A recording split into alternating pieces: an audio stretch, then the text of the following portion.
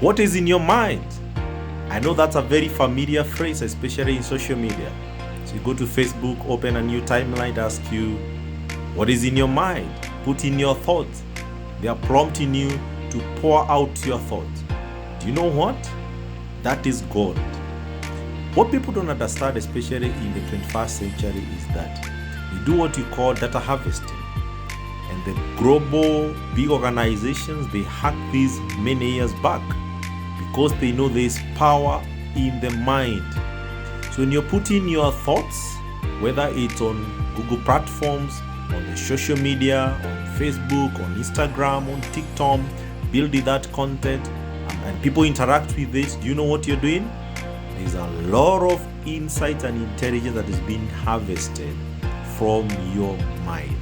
I call this mind harvesting because it's the things that are in your mind that later translate into reality.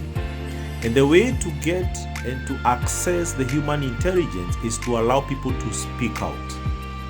Maybe you've never thought about this. As you, myself, and another person speak out, as we pour out our thoughts, we are pouring out intelligence. And we are living in a space where now we have artificial intelligence. Where has it come from? You are the one who have fed it. It is the things that you post, books you've written, articles you have journaled or authored. All those things are the ones that have been building intelligence, because there's no intelligence other than which starts from the mind, because thoughts create things. So question is, what is in your mind? Have you ever thought that what is in your mind is gold? Because the mindset determines the reality. So if you think in a certain way, you will live and experience life in that way. And you can't change that. The only thing that you can change is the input, which is the thoughts. So you don't change the outcomes. Life experience is an outcome. And if you want to live life in a fulfilling way, don't and never focus on the outcomes and the results.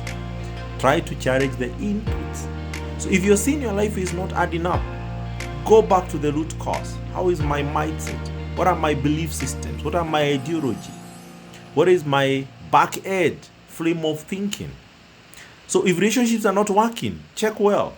It may not necessarily be about other people. It could be your thinking, your attitude, your mindset about the relationship is what is wrong. And it's garbage in, garbage out. So if the mindset is wrong, including things like resources, like money, money only amplify what is within you. In fact, I have seen the greatest multiplier and magnifier of the inner self-identity is money. So if you are corrupt, if the mindset is corrupt and you get money, money will multiply that attitude of corruption and people will see it in a bold daylight. So money will not change you. It will just magnify what is within you. So what am I saying? You have to be very careful on what you allow in your mind, your thinking, your thought process. I don't know whether somebody challenged me one day, you should be questioning your thinking. Have you ever paused in a minute and asked yourself, can I think about what I am thinking? Maybe you better start doing that. When you challenge your thinking, you are on a new trajectory of personal growth, and you're going to live fulfilling, impactful, and transcending life here on earth. And you're going also to coexist very well with other people, and you're going to build meaningful relationship that last to fulfill God's purpose through your life. This is Gabriel Nyamu, your purpose coach.